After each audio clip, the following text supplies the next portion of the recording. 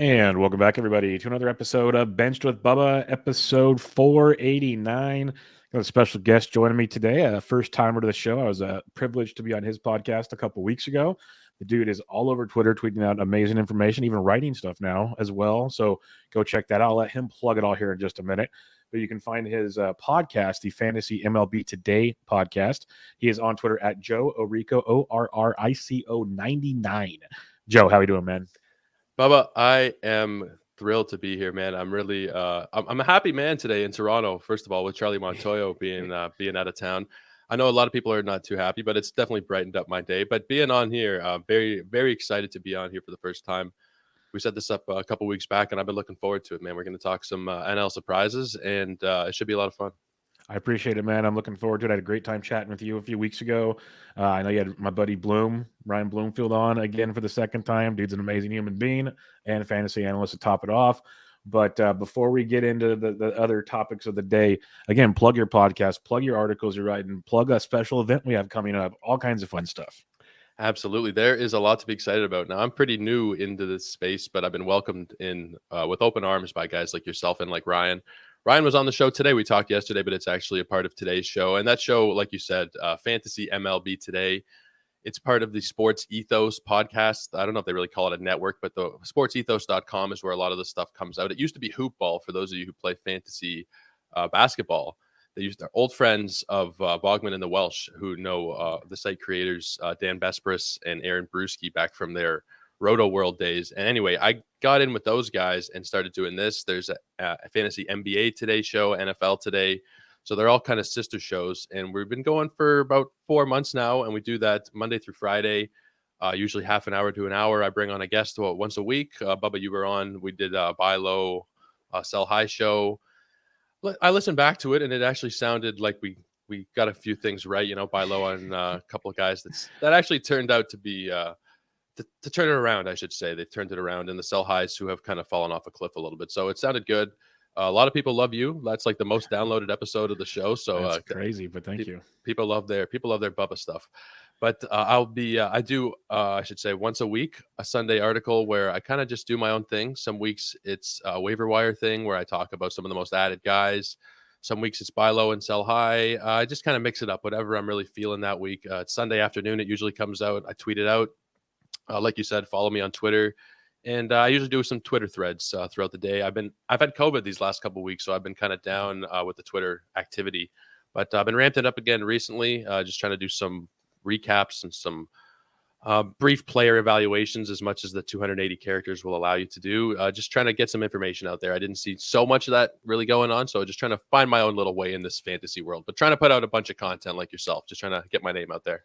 That's the way to do it. First off, glad you're feeling better. That's good to hear. That's just the thing and you do it consistently. That's my number one thing I tell people whenever they ask me, they'll message me or whatever, like, what do you recommend? I say, just be consistent. If it's once a week, make it that once a week. Whatever you do, just make it consistent. That's what you do with your show. And one of the threads I love because I talk to a lot of people about it, and I know Bloomfield and I share sentiments the same. Like, we do a lot of NFBC content. I'm not going to joke around about that. But Bloomfield and I, our goal is to try to be not as heavy NFBC focused if possible, because in reality, most people that take in content play ESPN, play CBS, play Yahoo. They play 10 and 12 team leagues. They're not playing the NFBC leagues. It's just the brass tacks of it all. I love the format of the NFBC. I think it's great. I'm going to keep playing there. But what you did that I was introduced to that I really, really like, and I think people have flocked to your stuff for, is one of your threads is always like the most added players on Yahoo every day. And I think that's a super, super helpful thing because, there's waiver wire pieces I write and other people write. It comes out once a week. Okay, that's cool. But Yahoo's mainly always daily leagues. So that's like a big deal that you can kind of highlight this and that. You put some stats behind it. It's not just like a fluff piece. Like it's pretty good stuff. And that's the kind of content like you talked about trying to be something different. There wasn't much of that going on. So I think that's a good thing you're doing, not to mention the other stuff. So keep up the awesome work is what I'm trying to say. I really appreciate that, man. Thank you. I haven't been so active with the most added player threads. Like I said, I haven't been feeling the best. You're allowed to take some time off. It's okay. But those will be starting to come back again very soon. So be on the lookout. All right. Well, let's get into it. Last week I had first half actually, I wanted to ask you something, but I want you to plug your stuff first. You hinted at it at the top. You talked about it. You have a new manager in Toronto. Well, you're going to potentially have, like, you have an interim manager right now in Toronto. There's rumors that you might be getting some old friends coming back to town. That's one of the rumors I've heard. I've heard mixed reactions on that, just watching Twitter kind of have its fun with it. It's really entertaining. It seems like anybody that's a Toronto Blue Jays fan or in the area, they understood this move 100%. Like, yep, okay, it makes sense. It was time for Charlie to go. Outsiders are confused because all they remember is last year's Toronto team that was amazing, not the other parts that have struggled tremendously. So, what are you hoping they do to, I guess, fire these guys up? Because the talent's still there. It's just not clicking right now. Well, I think there have been some underperformers. So, I mean, Charlie is the scapegoat. I was never a huge fan of Montoyo. He never really lit that fire under the guys, I thought. And it's evidenced by his record. It was exactly 500, I think 236 and 236. It's just exactly perfectly average. And this team is built to be a lot better than that. Now, like I said, Kikuchi has been awful. Barrios has been a complete roller coaster up and down. Last night he was fantastic, but it's, next start might be 8 earned runs again. So you haven't really known what we're going to get out of him. Kevin Gausman has been great, but he got hurt recently. He's missed a couple of starts. So other than Alek Manoah, they haven't had a lot of consistency in that rotation. The bullpen, other than Jordan Romano, has been pretty inconsistent. There's a couple other guys. David Phelps has been all right. Tim Meza is another guy for those of you who I don't think he's too well known outside of Toronto, but there's a couple of decent depth guys in that pen. They haven't been really performing outside of those guys, and we've seen struggles throughout the lineup. So I thought there might have been a hitting coach move where they got rid of the hitting coach or something. You tend to not really see a lot of success once the manager's fired midseason. So it's kind of, I'm not going to say a surrender for the team this year, but historically, I saw some article, a Bleacher Report or ESPN or something, where out of 85 managers who've been fired midseason, 19 of their teams ended up making the playoffs. This is since 1970, 1980 or so. So it's not looking great, other than maybe they bring in a few pieces at the bullpen. I think it's the Yankees' year in the American League, although Houston is very, very close behind them. The Yankees get all the press, but Houston's only 5 or 6 games back. So I think it's between the two of them. This will be more of a, unfortunately, another kind of development year for the Blue Jays, I think.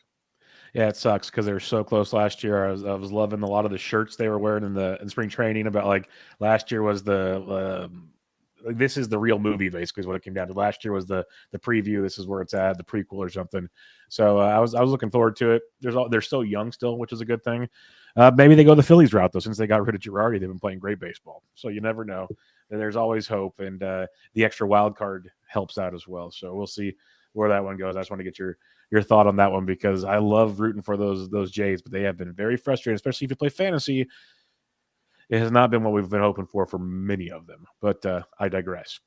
Like I said, last week we had first half AL surprises with our buddy Torres. Torres Takes was on to break those down. This week we have Joe doing first half NL, and we talked about it before the show started that NL was not nearly as easy to do as AL. It was some teams that aren't that good. They just don't really. I guess surprises would be if they were winning baseball games. That would be the surprise. But we'll start in the AL or the NL East. We'll start with the New York Mets. And I picked David Pederson or Taijuan Walker. You decide which one you want, because I think Pederson has been really, really strong. Still walks too many guys. The strikeout rate's been outstanding, though. He's been using I believe, the slider a lot more of late. His pitch mix has changed a ton. Talked about him a few weeks ago.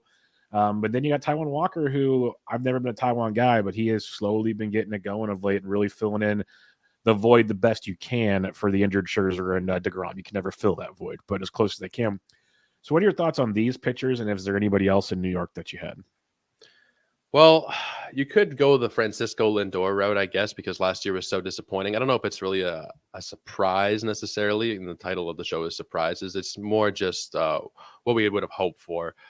But he's already surpassed his RBI total from last year, things like that. So he's not a surprise per se, but definitely someone I wanted to mention. But between Pederson and Walker, they're really the reason, or a large reason, for the Mets' success. They're ranking in top 10 in almost every major pitching category, despite losing Scherzer and DeGrom and my guy, Ryan's guy, Tyler McGill, who we were both really big on. He had injuries and he was disappointing a little bit. So they've lost a lot of their pitching depth. And Taijuan Walker, I think, might be the bigger standout, just because this is probably the best year of his career to this point. 2.63 ERA. It's a 3.67 xFIP, so he's overperforming maybe a little bit, but even if he gets to that 3.67 number, it'd still be a success. He's 79th percentile chase rate and good X stats. And I think, he's pretty sustainable rest of season. And one thing I did here is I jotted down some notes beside every player. And I put down their NFBC ADP. I don't play NFBC, just to get that out of the way. I'm kind of new to this whole fantasy world, so I focus, like you said earlier, more on Yahoo and ESPN. But I know a lot of your listeners are NFBC guys, so I jotted down NFBC ADPs from late February until the start of the season. And with Taijuan Walker, he was going as the 425th pick on average. That's across all NFBC events. So great value there. David Pederson, even more value. He was going after pick 700, and he's got 3.48 ERA with a 3.52 xFIP. He's had a great bump in his strikeouts recently. Like 7 strikeouts, I think, in each of his last 5 starts. And last night, he got left in the game a little bit too long there. It was unfortunate. Matt Olson took him for a ride. But overall, both of these guys really, really exceptional. I would lean Taijuan as being slightly more exceptional, but you could go either way, I think. Yeah, I don't blame you at all. I think Taijuan would be very, very deserving of the surprise because, like I said, I've always been kind of skeptical. He's never been consistent for me. He's got the long ball issues from time to time. Seems to have really put it together so far. And this is why, a lot can change. That's why we're doing first half awards right now with Taijuan. But I could definitely, I was going 100% out on him. Like I have David Peterson in like draft and hold leagues, like in late rounds, like you mentioned the values. Like, I could see him. He's had his moments from time to time. Okay, cool. I've even added him on Fab in a couple leagues this year. Taijuan, I just never believed in. So he's totally fooled me. Like he's very, very deserving of this. So I hope he continues it up. Like that's what I want to see. Now Scherzer's back looked great in his return. Supposedly DeGrom is going to start throwing some more and get back here very shortly. If they can do that, the Mets can make a run. Because they were kind of running away with that division, and then the Braves have come back. So we'll have to kind of wait and see how that one goes. But I can definitely see either one of those there, and I'll go with you on the Taijuan one. I think that's very, very deserving. Well, what we've seen with DeGrom, those rehab starts, he's getting over 100. So I know it's single-A batters he's been facing, but it's very promising. I mean, the Mets are going to have a lot of pitching depth down the stretch if he comes back healthy. Yeah, it'd be dangerous. Very dangerous. Just stay healthy, DeGrom. Stay healthy, please. The Atlanta Braves, this one, obviously you can make a couple other arguments, but it seems like a no-brainer to me. Spencer Strider is the dude. Literally between the stash, the abilities, it's just been one thing after the another with him. There were some people, I'll give credit where credit's due, like Russ and some other guys that were on him in deep formats going into the season. I'll be honest, didn't have a clue really a whole lot about Spencer Strider heading into the year. Like I was like, okay, it's one of their prospects. Maybe we'll see him at some point. Whatever. No big deal. I don't worry too much about that. He's been filthy. Absolutely filthy. Even when he's kind of off, he still strikes out everybody. 110 Ks and 70 innings pitched. It's nuts. And his like FIPS and XFIPS and CR, like they all back up the production. Like it's just a legit ace type stuff. It's just longevity. How far can he go? That's the question. But when it comes to first half, he's been pretty darn good, Joe. So what do you think? Well, I'm very happy. I put down, it was a very modest $10 bet on him, but it was at plus 1,400 a while back for Rookie of the Year. So I'm feeling pretty good about that. They're trying to get me to cash out over on Bet365, but I'm gonna hold out for the 150 as opposed to taking the $20. He's been outrageously good, man. I mean, he struggled with his control a little bit last night, but like you said, he was completely off the radar.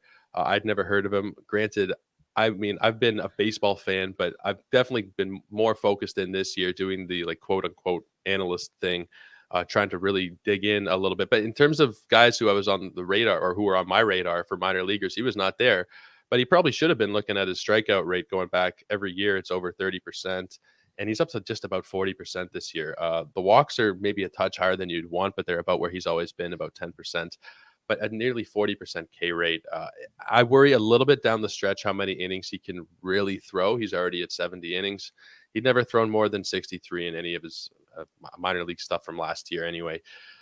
So I'm not really worried about his outlook. I'm just very happy with what we've got. I think he's going to win the NL Rookie of the Year. The strikeouts, his last 22 innings, 38 strikeouts, just ridiculous. That's the main takeaway for me is wherever they use him, he might end up being down the line more of a bullpen guy. But I think that he'll be a great fantasy asset for years to come. Yeah, and he might be a bullpen guy this year just because you mentioned the innings, and the Braves want him in the postseason. So they're going to do whatever it takes to get him there. If it means, doing the old Rays format and use him use an opener and then piggyback with Strider for 3 innings, they'll do that. They're going to keep him out there to keep him fresh, but we're gonna have an issue seeing the innings. I think going down the line here, we might have a start skipped here. Kind of how the Rays used McClanahan last year. They never officially shut him down, but it'd be like, hey, we're going to kind of miss this start, or, we're going to throw him for 1 inning this time out and then wait until next time to let him go a full go, stuff like that to kind of pace it out. So that might get a little frustrating as the season goes on, but even in those small glimpses, he's probably going to be great. I added him everywhere. I was adding him just as a swing man. I didn't expect him to be this guy in the starting rotation, which has been awesome. But I always thought he'd actually kind of sneak into the back of the bullpen in case Kinley got hurt. But that didn't need to happen. So I love Spencer Strider. Hope he keeps things going. That's for sure. Yeah, 715 was his NFBC ADP. He was an afterthought. Only a few leagues would have even drafted him. Most of the guys who are on this list were complete afterthoughts, like post 700. Out of all the guys that we're going to talk about, only one of them was being drafted inside the top 100. Only one player. Wow, I can't wait to. I know who it is. He plays for Arizona. Indeed. I'm guessing. Yeah. And that was a team that's hard to find one on, so that's why he's on the list. Well, we're going to go to Philadelphia now, and this player, beast mode this past month, just crazy. Like he's been, I guess, kind of in a slump for like 4 games, but before that was just the month of June was his month. It was Schwarber time all over baseball. Bryce Harper goes on the IL. Schwarber goes, no problem, I got you, dude, and just starts crushing baseballs. Maybe he didn't like Joe Girardi. Maybe he's was the guy that said, hey, fire this man. I don't know. But Kyle Schwarber is doing everything. He's walking at a ridiculous clip. He's always been an OBP guy, but he's walking and hitting bombs. Like, I think it was him I wrote about recently. It was like one of the closer things to a Barry Bonds. No, that was Soto I wrote about. But Schwarber's been awesome. So he's my surprise because in theory, Philadelphia doesn't really have any. Like Stott was supposed to be the guy. That didn't happen. So I had Schwarber. What do you think? Yeah, Schwarber. I mean, he did the same thing last June. He was, I think it was June where he hit like 16 home runs and 75 at bats or something ridiculous. He's got an outside shot at hitting 50 bombs if he keeps this up. Now, I worry he's a little bit streaky, and he might be a guy you should sell high on in trade leagues just because this is probably as good as he's not ever going to be, but as good as he's going to be this year. This has been his hot stretch, and I don't know that we can really expect 50. I mean, I'm hoping for 50. There's an outside chance at 50, and there's a very low BABIP at 228. He walks a lot.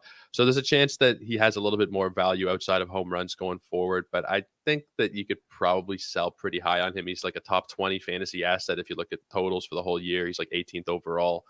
I don't think we're going to see that continue down the stretch, but it's anybody's guess with that kind of power. Yeah, and the thing is with Schwarber is he can do streaks like this. Like we've seen it before, so he might have one more of these in him in like August or something and do it all over again. He did it with Boston. I think it was Boston last year after he came back from his injury and did stuff. Like he has waves of where he just kind of disappears for a bit and then other ways where he just crushes for a while. So he's awesome. Great OBP player in average leagues. Like you said, I would definitely look into selling high. Like I really would.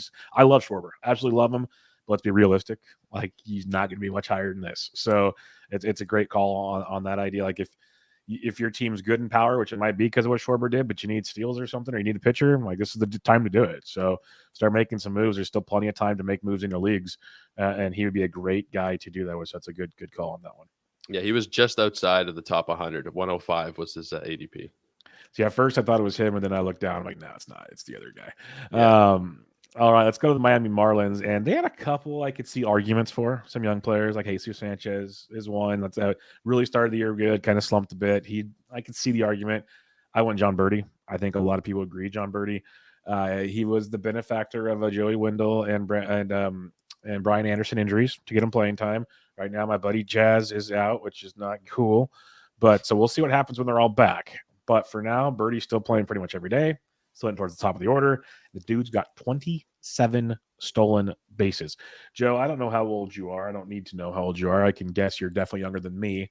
When I was young in the late 80s and early 90s, guys used to steal 60-plus bases. That was a thing. John Birdie might be one of the first ones to do that in quite some time if he plays the rest of the way. That's still a big if, but to me, he's the first half surprise for the Marlins. Well, I'm definitely younger than you are. I grew up early 2000s was my time. That's what I figured. And guys that I remember going for massive steal seasons off the top of my head would be Scott Podsednik in the mid 2000s. I think he went off for like a 70-plus steal season. Jose Reyes with the Mets had a He had a couple of big one. Yeah, big massive one. ones. Yep. I'm trying to think of who else. I don't think Billy Hamilton ever really got up there as much as He he tried. probably He could have. tried. If he played 162, then he would have had a legit shot at like 100. But yeah, I think from your era, you're talking about like Vince Coleman and Yeah, Ricky Henderson, guys that can go for all the time. It was like automatic. yeah, like 100 steal potential guys. Yep. Now, in terms of the Marlins, John Birdie is, if he played a whole season with his current stolen base pace, it would be a 79 steal pace, That's which is awesome. ridiculous. He's not going to hit 162 games, obviously. And that's one thing he's always kind of had with him. He's never played more than, I don't think, 85 games in a season. One thing I do really like with Birdie year on year is his strikeout percentage has gone down. So it's 26.7 down to 25.4, down to 24.8, and then 22.5. And now this year it's 20.8. So year on year, he's striking out less and less. I really like that. I'm a little worried about the lack of periphery stats. He's not going to hit you any home runs. The average is all right. It's been pretty good recently, actually, because he's been the everyman except for the home runs, but I'm just a little bit worried about sustainability down the stretch. It is possible that he just steals 50 or 60 bags, but I wrote about him a couple weeks ago as being someone you could probably sell high on just because of all the hype. You could get yourself back like a really solid guy with a higher floor than Birdie. Not that I necessarily think you have to sell, but I think there's a lot of value in him right now that I don't know if we're going to see that sustain for another 80 games. 100% agree. Like, I love John Birdie. He has helped my team and many others out so far. But if he steals another 30 plus bases, awesome. Kudos. Great. Sweet. But it's also the old adage, like when during draft season, we talk about it when people focus on a certain category in their draft, you only have to win the category. You don't have to blow out the category. So, like, there's a such thing as a surplus of a certain category that, like you mentioned with Birdie, he's not getting you power. He's not doing a lot of things that are going to not help you out there where you could flip a Birdie to a team that needs stolen bases because stolen bases are very hard to find. And you could get a couple things you need. So I think it's a great call. I think it's definitely an option out there. Birdie's awesome. I do think, though, when it just takes one slump from Birdie for one, and Chisholm coming back with a healthy Anderson and a healthy Wendell, they're going to be platooning a lot of guys. Like, Birdie can play the outfield, sure. Brian Anderson can play the outfield, sure. But it's not going to be as automatic, is what I'm trying to say. And that can make things very interesting because if they start benching Jazz, I might drive to Miami and riot. So, like, we'll see how that goes. But, yeah, I'm with you on the Birdie thing. Could be very interesting. It's a great point you made there about, there can be too much of a good thing. And, his ADP was just south of 700. He's another guy who didn't cost you anything. You almost certainly picked him up off the waiver wire. If you're talking about a roto format where he's already given you 27 steals, sell him to a guy who's looking for steals and look at where you're weak in one area. Now, head-to-head's a different story. You might need some steals going forward, but even there, he was a free pickup, and I think you can really capitalize, get yourself like a top 100 rest of season type of player for him, just based on hype alone. Yeah, totally agree. I think it's a great call. Let's go to the Washington Nationals because we have to. This was one of the teams Joe and I were talking about before the show where really I guess the biggest surprise is Juan Soto's only hitting 240 or something like that. That's your biggest surprise. But I had to pick a player. So I picked Luis Garcia, came in from the minors, hitting close to 300. Not a lot of power, though. It's been pretty putrid. Do you have anything for a surprise for Washington? Because it's been a rough season if you're a Nationals fan.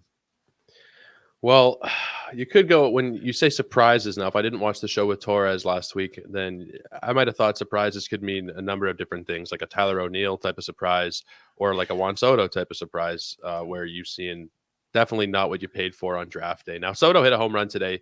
Actually, he's been better recently, and I think he'll be fine in the second half. Luis Garcia, it's frustrating now. He's been great from a batting average point of view. I think he's just south of 300.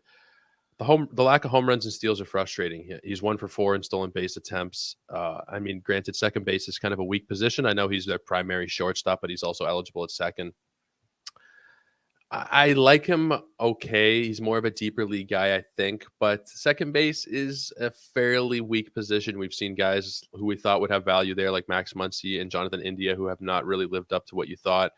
A lot of people have moved on from those guys, although maybe a little bit early, especially on India. But if you're looking to replace them, you could go with Luis Garcia. He showed a little bit more power last year. He hit 6 bombs in 70 games, so maybe he can be a 10 home run kind of guy, maybe. like you said, we're kind of grasping at straws here, but he's been fairly surprising enough. I think he's probably been a very good story in Washington, more so than a fantasy relevant kind of asset. Yeah, I'm with you. And on the Soto front, I almost tweeted it out today, but I'm kind of just biting my tongue because I am always been a team Soto guy. And he's up to 243 entering today's game before he hit the home run. He walked twice. Last week, I wrote about him. That's why I want to bring this up because I kind of hinted at earlier. He hit 500 last week. He went 9 for 18, plus he walked like almost 30% of the time. He had a couple home runs. That's where I said it's almost the closest thing to Barry Bonds you're going to see. Like literally, they walk the dude a third of the time. He barely gets any pitches to hit. The team stinks. Like, yeah, I think he had 3 or 4 home runs, I think, actually. He had 6 RBIs. That's how bad the Nationals are. And the reason I mention this is because he did what he did last week. His average is up to 243. It wasn't very long ago when he was hitting like 220 and everybody said the world was on fire. So when Juan Soto finishes the year hitting around 300, I'm going to laugh so hard because he is that good, and I would not be shocked if he did it. So it'll be very entertaining. No, yeah, and like the walks are there. Everything else looks pretty solid. It's been a terrible BABIP for Soto this year. And I think I mentioned it with Ryan actually on the show that came out today that you can probably buy low on Juan Soto still. It's not necessarily your classic, dirt cheap buy low, but he's going to cost you less than he would have cost you at the beginning of the season when it would have been, you would have had to swap out a Ramirez or a Bichette or somebody first round pick if you're an early season type of trader. Now he's going to cost you somewhere, I don't know, still expensive, but definitely not as nearly as much as he would have. And, like you said, he's going to end up batting 300. The RBIs aren't going to be great, but I'd be trying to buy Juan Soto if you can. No doubt about it. Let's go to the NL Central here. We got the Milwaukee Brewers kicking things off. And Aaron Ashby. People were kind of hyped on him potentially having an impact at some time this season. It's come very early. And he started out outstanding. It's been a little bit of a hiccup of late. He did go 4 1/3 today on Wednesday with 1 earned, 3 walks, 5 Ks in his outing against Minnesota. And he only gave up 2 runs in his last outing against Pittsburgh after 4 really rough ones. But if you look at all the peripheral stats, he still looks great. The strikeout rate's great. Swinging strike rate's great. There's a lot of promise in Aaron Ashby still. So he was my surprise for Milwaukee. Do you agree with that? Do you have anything on Ashby or do you have someone else? Because I will say people could pick Rowdy Tellez. I just wasn't surprised by Rowdy Tellez because I love Rowdy Tellez. But, I get that if people want to pick him too. Rowdy from his time in Toronto, it'll always make me sick. The Toronto media. We need a left-handed bat. We had a left-handed bat. Uh-huh. He was blocked by Vladdy. I get it. There's too much going on with Kirk in terms of DH spots, so you don't really even have room for him necessarily. But it stings to see him maybe not thriving, but doing very well. I was always a big Rowdy fan. I love the name. Who goes by Rowdy? He's the only Rowdy. He was great. He's awesome. Now I don't have the stats in front of me, and it just honestly popped into my head as we were talking about this. But Andrew McCutchen, I think, has been fairly surprising. That's fair, especially of late. Yes, not really expected much out of him, but I think he hit a home run today or yesterday. I have him in a couple of points leagues, and in a points league, he's been great. So, in terms of Aaron Ashby, he's got a StatCast page that would make a bull charge. It is red all over the place. Really everything. He's like 70th percentile or better. Average exit velocity, slugging, or expected slugging, velo, strikeout percentage, chase rate, barrels, literally like everything red across the board. Yes, the results haven't really been there, but he's a guy you could probably pick up off of waiver wires if we're talking, your standard Yahoo 10, 12 team leagues. A lot of people will probably be sick of him. He's got a 4.52 ERA, but he's got a 3.10 xFIP. I expect a pretty strong second half. Now, he wasn't someone who was such an oversight in draft season. His ADP was 272. But I think a lot of people have probably gotten sick of him, especially if you're not someone who digs too deep into the stats. You just look at the ERA and you think he hasn't really lived up to what we thought he was going to be early in the season. He was great, but I think there's a chance to either buy or just pick him up if you can. He's been great. Yeah, he's been hasn't been great, but the underlying stats have been great. Yeah, he should on paper be just fine. And the last 2 starts have showcased a little more of that for sure. But yeah, that stretch, 4 straight starts of 4 runs or more. And I know in 12 teams, even on an NPC, guys are dropping him. Like he was getting dropped. So people got some gifts handed to them. It happens from time to time. So if you can find Aaron out there, go get some Aaron. The St. Louis Cardinals, I had Brendan Donovan down. I like your answer a lot better. So we're going to go with yours because I totally just, like a dum-dum, went right over top of Ryan Helsley who the season started out with Giovanni Gallegos, and Paul Sporer probably does not listen to the show, but shout out to you, Paul, because I'll never forget at First Pitch Arizona, we were doing our live draft, that we did the first half of the draft and hold, and he picked Giovanni Gallegos in I think the 3rd or 4th round, and I yelled from across the hall, the room basically, that you're an idiot, Paul. I can't believe they pay you at Fangraphs for this. And I just did it to mess with him because that's how the sense of humor Paul and I have together. And we argued about it all weekend long. But moral of the story is, I was right, Paul. Gallegos has been good. I'm not going to say he hasn't been good. But Ryan Helsley has been the closer to roster in St. Louis, as he has 7 saves. He's got 6 holes, 5 wins. The dude's been amazing. So I'm going to give you the floor. Since you put him down, I think it's a great call on you. Where did this come from? 40% K rate, ERA is sub 1, and the xFIP is 2.45, which, I mean, you can't expect it to be in that same sub 1 range. It's just not realistic. It doesn't happen. So even if it is a 2.45, that's fantastic. Very deserving of being in the All-Star game. I know there were some snubs in the NL. Carlos Rodon, namely on the pitcher side. The 2 highest, just as a side note, the 2 highest pitching WARs in Major League Baseball, Rodon and Kevin Gausman, were both left off the All-Star game rosters. Yeah, that's you gotta love it. And then you hear all the arguments in the offseason that they decide MVPs based on WAR. So go figure. Yeah, we needed Paul Blackburn and Joe Mantiply in there for sure. But the stupid rule where every team gets a player. I know the Welsh is kind of going on about Joe Mantiply, how no one's going to have a jersey there except for his parents. So it's a shame that everybody's got to get one, but I understand it to try and keep the fan bases involved. But I'm glad Helsley got in there anyway. And I mean, Alex Reyes not being there has definitely opened up more of a deep role in that rotation, in that bullpen. I know that Reyes kind of fell out of favor last year, but it's still another arm that he doesn't have to compete with. He's provided like 3rd round value, and he was not even being drafted, like 750 ADP in that range. You're being drafted by maybe a couple of people if you're talking like 50 team drafts or whatever, or 50 team rosters, I should say, 50 player rosters. Jesus, I can't speak. But he was a total afterthought. This is kind of what I was hoping that Jhoan Duran would do, and he's done it to a lesser level. But Helsley has been one of the top 5 relievers in all of baseball from just a waiver wire pickup. So great value. Yeah, he's been absolutely amazing, and I'm kind of mad because I grabbed him, or I added him 1 week when he was kind of getting buzzed to be a closer, so I had to pay a ton of money for him.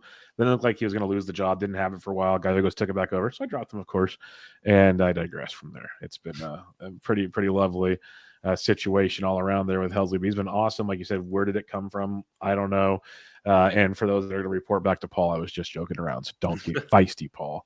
Well, real quick, I'm trying to pull it up. That's why I'm killing time here. But let's look at Yahoo 12 teamers. I'm looking at the player rater on Razbox. I do want to see. You have me curious now on where does Helsley land on the player rater list here, and he's been that good. So I'm very curious here.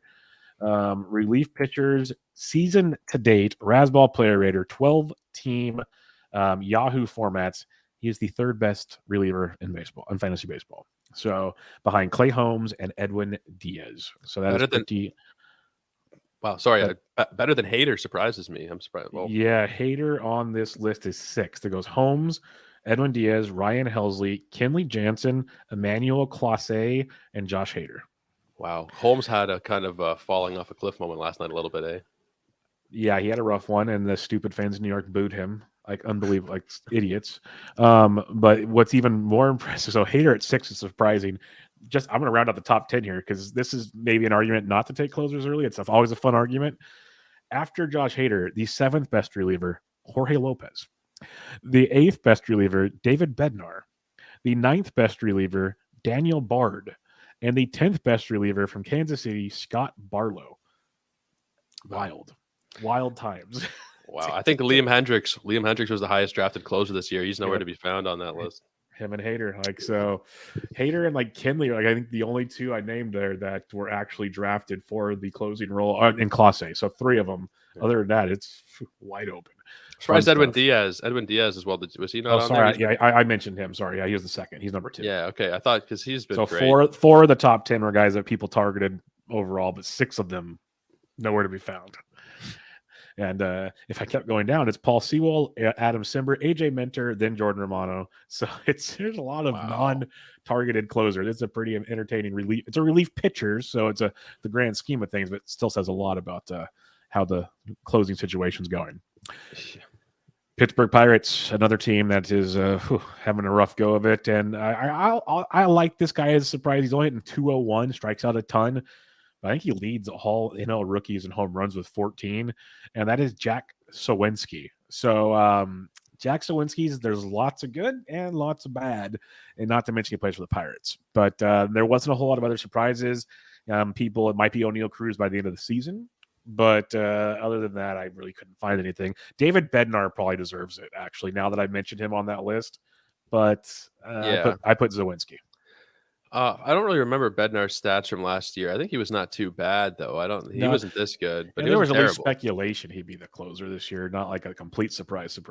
Yeah, with Zawinski, it's unfortunate timing right now. He's 0 for his last 25, so it's been a rough couple of weeks. But the power seems to be there.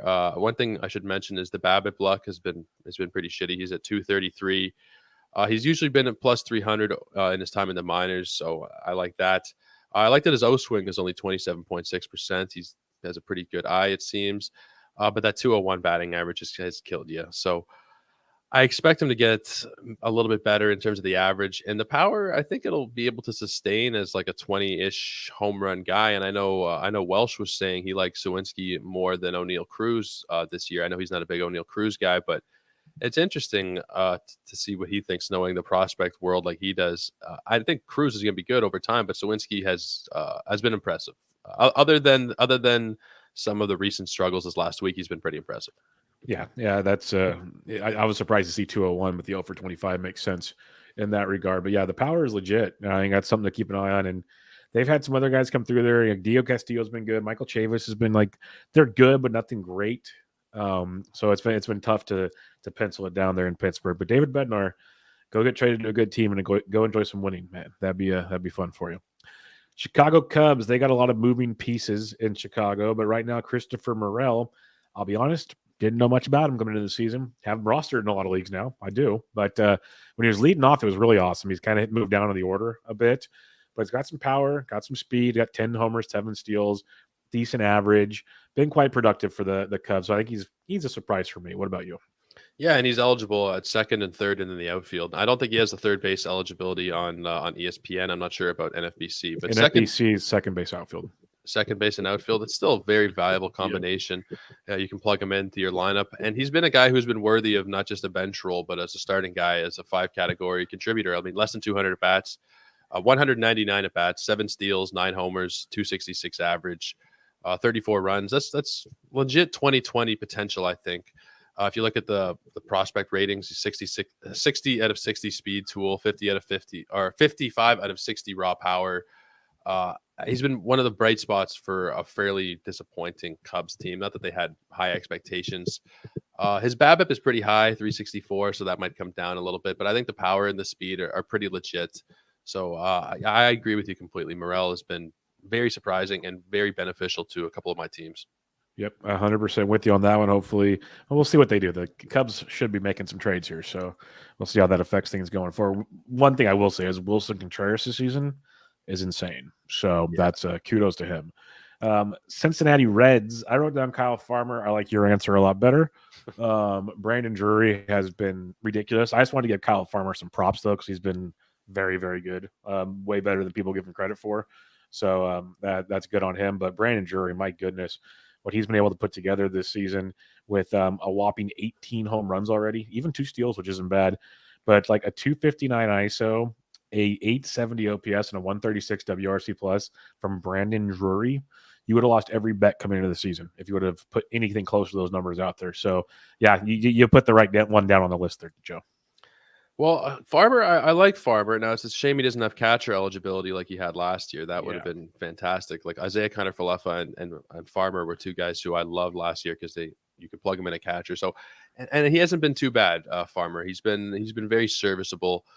Certainly not as much as last year, but Brandon Drury, he's already had his highest WAR season this year, 2.2. He's even stolen a couple of bags, which is actually a career high, 2 steals. He's never even gotten this far, so you'll take it. 2 isn't 0, it's something. I think he'll be traded at the deadline. I think the Reds would be stupid to not trade him. His value is so high. We've seen improvements all over the board from him. So his more line drives, less ground balls, more fly balls. He's been fantastic. He's another guy who was just a waiver wire pickup. I hope he gets traded. I hope he goes to a contender because he's been legit.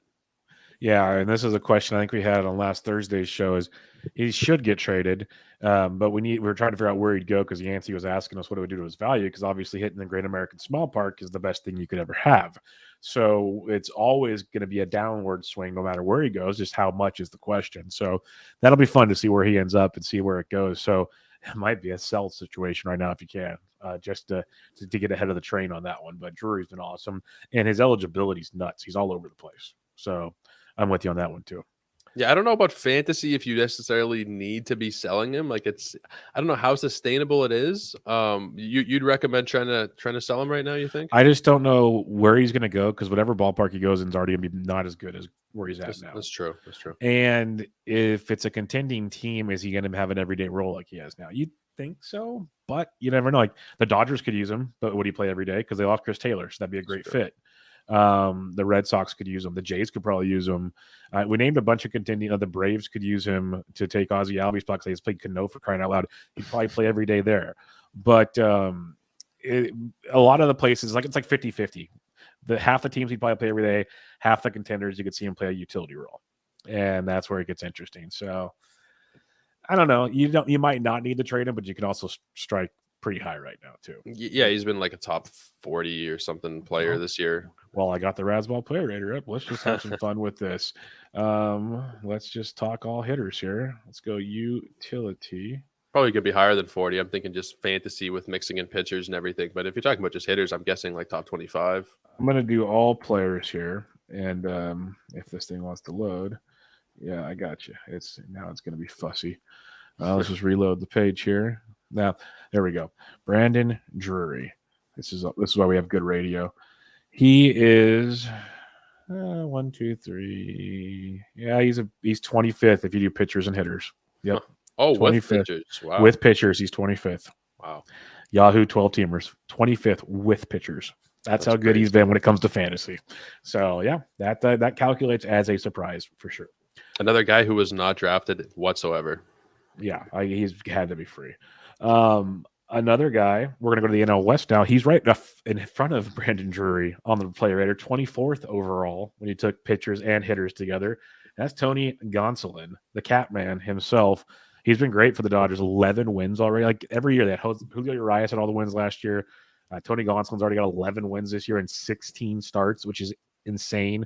Decent strikeout numbers, great ERA. There will be some regression. That's just normal, but he's still putting up pretty solid numbers. So what do you got on Gonsolin? Yeah, I think there's definitely going to be regression. This is something out of a movie script, right? 11-0, 162 ERA, 0.80 WHIP.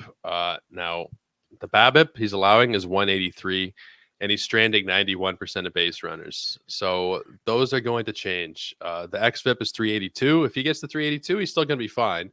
And I say he's a sell, not necessarily that he's going to be terrible going forward, but he's someone that's not going to be where he is right now.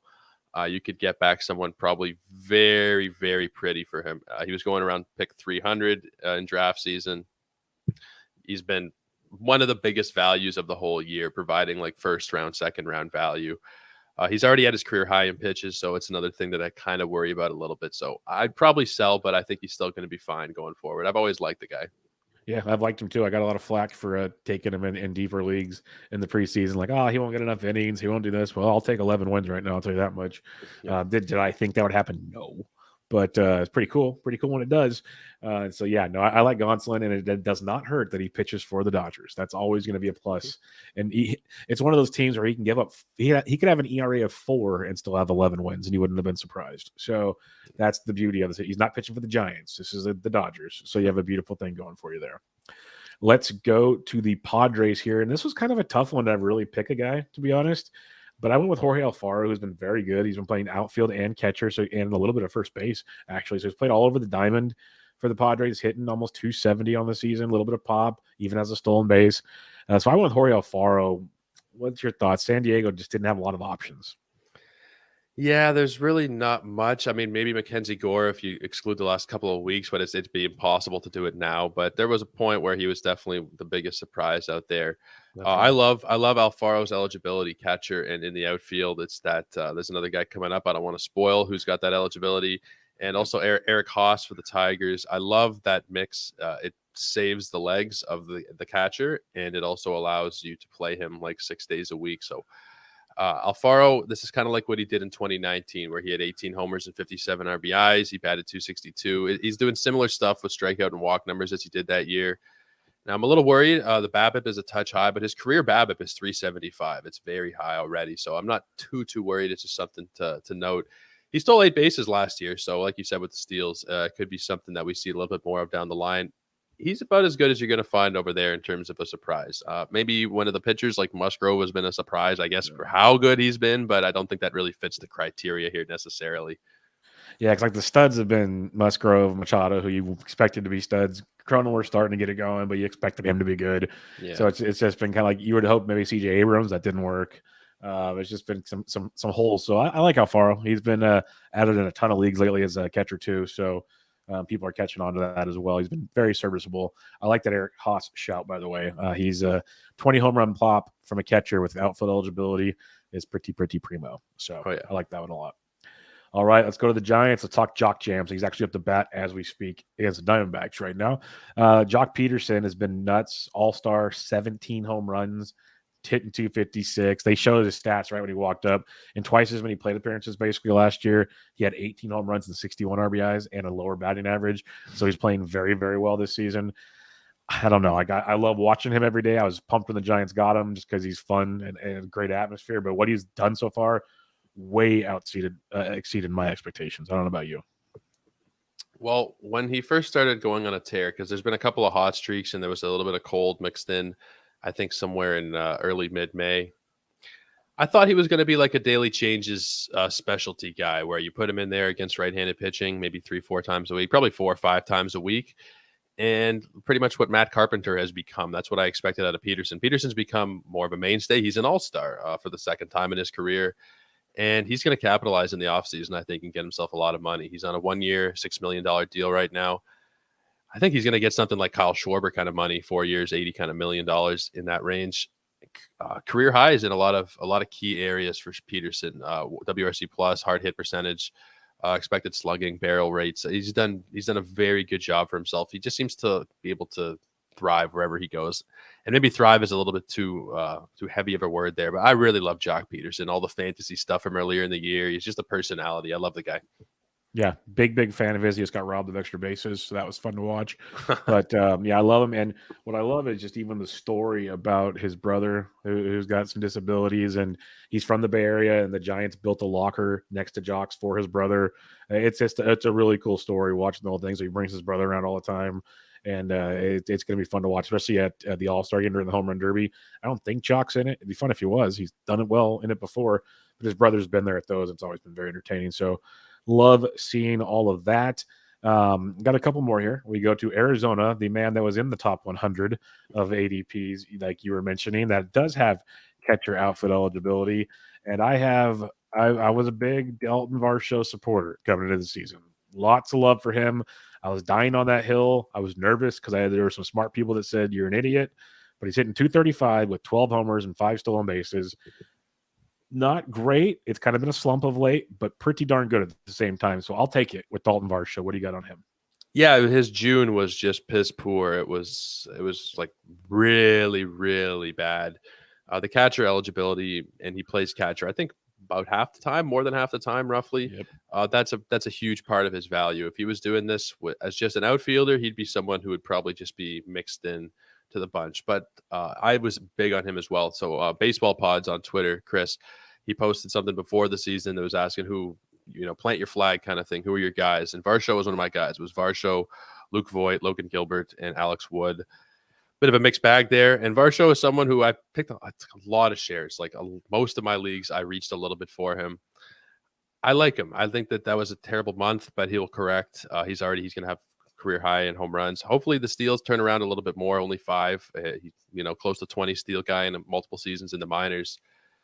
I'm hoping for more, and a lot of it's dragged down by that one terrible month, but rest of the season, no need to worry. He's definitely been a huge surprise for the Diamondbacks. Yeah, he's already hitting much better in July. He has a 2-run triple in today's game in his first at bat. So that was great to see as well. So yeah, I'm a believer in Varsho, and honestly, I'd love to look back and really get into the numbers on his bad June because he caught, I think, more than usual because Kelly was on the IL instead of playing the outfield. I wonder if that affected him offensively potentially. So something to think about as well. But even with the struggles, looking at the player rater, he's the 3rd best fantasy catcher this season, behind Wilson Contreras and Alejandro Kirk. So Varsho's been just fine, all things considered, when you're breaking it all down. Last but not least, we go to Colorado because we have to. And honestly, I was thinking about Charlie Blackmon might be a surprise. He's got hit his 14th home run yesterday. That's like a least reasonable conversation. I put Connor Joe, 5 homers, 5 stolen bases, hitting 265. I will say with the caveat, be careful. They might be starting to, looks like, maybe kind of platooning him. So just keep that in mind when you're watching that. Follow Mike Kurland. He mentions a lot of that kind of stuff. So look into that. But I put Connor Joe. What's your thoughts on that, or do you have someone else in Colorado? No, I think right before we started, I was going to throw Charlie Blackmon on the list, and I was thinking I can't do that to him just right before we get going here. Just throw that at him. But Blackmon, we kind of thought he was in a bit of a decline. I was big on him last year, and the end of season numbers last year were not too bad, but it was a struggle for a lot of it. It took him a while to get going. Connor Joe, I was pretty big on, especially in those first couple of weeks when he was really hot. He was someone who was, his roster percentage shot up, and now it's shot way back down into like the 30s. If we're talking about like Yahoo roster percentages there. Last year in 63 games, he was 285, 8 home runs. Looked like it was going to be a monster year, and it's been not great recently. He hasn't hit a bomb in the last month. 5 steals, 265 average. You'll take it. I think he's more of a play in 5 outfielder leagues and 3 outfielder leagues. I think there's probably some better options. But we've seen a bit of turnaround with Colorado's offense with Chris Bryant. On today's show, we were talking about first half disappointments on my show, and people we were expecting more things from in the second half. And one of those guys that Ryan mentioned was Randall Grichuk. So if everything can turn around a little bit out there in Colorado, more of the pieces start gelling together, we might see a better second half out of Joe. But he's still been a surprise, but it's tough to pick out in Colorado. It really is. All right. We went through those, and we have breaking news right now. Star Platinum in the chat mentions Tanner Rainey to the 60-day IL with a UCL sprain, just reported by NBC Sports. That usually leads to Tommy John surgery. And it's kind of funny is not the right word. Ironic, I guess, is on yesterday's show, Recapping Fab with Ryan Roof. He does the RotoWire bullpen report and all the charts and everything for RotoWire. And I asked him at the end of the show, do you have some like potential guys to target as sleepers? And he mentioned Kyle Finnegan is because Rainey has been struggling. I guess we know why Rainey has been struggling now. He has a sprained UCL. So go get Kyle Finnegan. Yeah, I'm just trying to look and see how many guys they have in the pen who are even possible fill-ins. And it's tough going out there, man. Yeah, I'll have to go with Finnegan as well because there's really not much going on. That's tough. I've had Rainey in a couple spots. He hasn't been, only 12 saves. There was a long stretch of no saves, but that's really unfortunate. You hate to see that. Yeah, that's a rough one. But thanks for the heads up there, Star. I appreciate it. Yeah, when you're looking at Washington's bullpen, Finnegan would be the dude because coming into the season was supposed to be Rainey, Finnegan, potentially battling it out for it. Rainey got it. So you'd imagine Finnegan fits in. But you got your Cisheks, who's had history doing it. Tyler Clippard's in the pen. Yeah, it's ugly. It's ugly all around. So good luck with that. Star did have a question for us, though, also. Do you think Eddie Rosario is going to get regular playing time and Duvall can be cut? Before I let Joe have the floor, I will say, I said follow Mike Curlin because he does a lot of charting of lineups and everything. And he's mentioned since Cano's been there and since Duvall's been back from paternity list, I think it's like 3 games or something. Duvall's faced lefties, Rosario's faced righties, Cano's faced righties, Orlando Arcia's faced lefties. So there seems to be a platoon in the outfield at second base. So what's your thoughts, Joe? Yeah, it's unfortunate with Duvall. We saw what he did last year, 38 homers, 113 RBIs.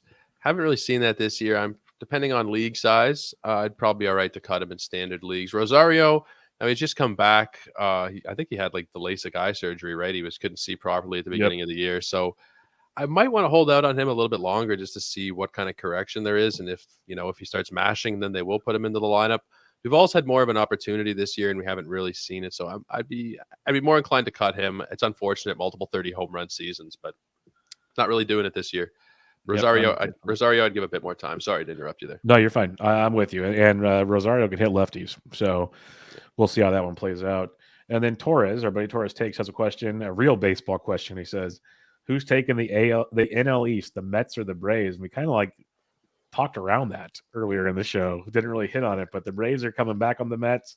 Mets got some potential help coming in DeGrom. You think the Mets or the Braves wins the division?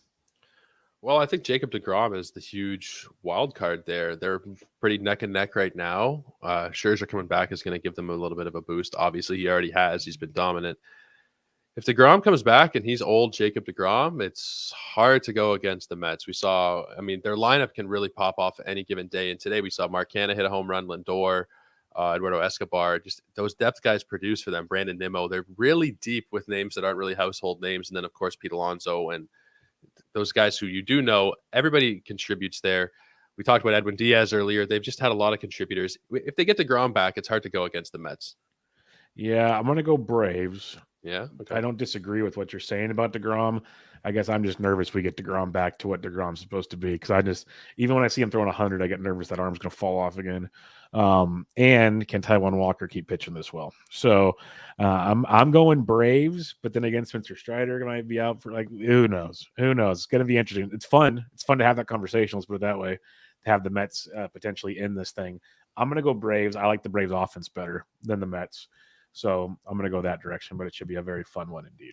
They're both deep. They're both really deep. And, if Rosario does do what I'm hoping he'll do, and maybe Duvall will turn it around, who knows? They're very deep. They're both I'm not going to say 9 deep lineups, but, even guys like Luis Guillorme for the Mets, just to plead my case one more time. Everybody seems to contribute over there. If I had to bet, I'd say the Mets, but it'll be interesting at the end of year to see who's right here. It'll be fun. It'll be a lot of fun indeed. And what else was fun was this show, Joe. I truly appreciate you joining me. It was a great time. Before we sign off for the day, why don't you remind everybody once again where they can find you and plug all your great stuff? Yeah, I really, really appreciate you having me on here, man. I'm still a novice in these things. If you guys are hearing any nerves in the voice, it's because this is Bubba, you're the big leagues, man. So this is great to be on here. This is fantastic. I hope at some point we will get you on my show again. And I didn't even plug it earlier. I meant to plug it earlier, but we'll do it now. So you guys find me on Twitter at Joe Orrico 99, ORRICO 99. I post threads there. I post my shows there, which is Monday through Friday. I do a Sunday article, which is kind of whatever I'm feeling on Friday and Saturday. Sometimes it's waiver wire. Sometimes it's buy low and sell high. Whatever I'm really feeling. It's always fantasy baseball related. Maybe in the off season, we'll do more just general baseball stuff. But for all your fantasy stuff, go and hit me up over there. Now, on trade deadline day, this is the announcement I meant earlier. I guess I was excited about being on here. I forgot to mention it. Trade deadline, I'm going to be live on the Sports Ethos YouTube channel. You guys can check it out. It's just at Sports Ethos on Twitter. You guys can find it over there as well. And it'll be posted all over the place. We're going to have some great people on. Bubba's going to be on. Some of your favorites, Eric Cross and the Welsh, are going to be on to dissect the prospects that get traded that day. Tons of people that you guys know. It'll be 3:30 to 7 p.m. Eastern. And hopefully there's a lot of trades that day. We've seen guys go down recently like Molly and Frankie Montas, who I hoped would be traded. So that might dampen the market a little bit. But it should be a very exciting day. Looking forward to talking with you again then, if not sooner. And thank you. Thank you for having me. It's been a great time, man. No problem. Thanks for joining me. Like I said, it's been fun watching your growth already. Got some great stuff you're doing over there. So keep up the great work. I hope people keep following you and bugging you on Twitter. I see you're getting a bunch of questions. That means you're doing something right. So keep up the good work, and we'll definitely do this again sometime, Joe. So thanks for joining me. Yeah, that's the thing. When people are shooting you a bunch of questions, the receipts are wide open, and sometimes they ask you in the morning who you should stream, and someone doesn't see the tweet till the evening, and they think, Jesus, this guy is a moron. But it happens, right? It's tough. You can't predict the future. I think if you can get 60% of your questions right, you're doing a very good job. And I'm not sure if I'm there, but I hope you're doing a great job if that's the case. But keep up the good work, and we will do this again sometime. Everybody, this is Bench with Bubba, episode 409 with Joe Orrico. Catch you guys next time.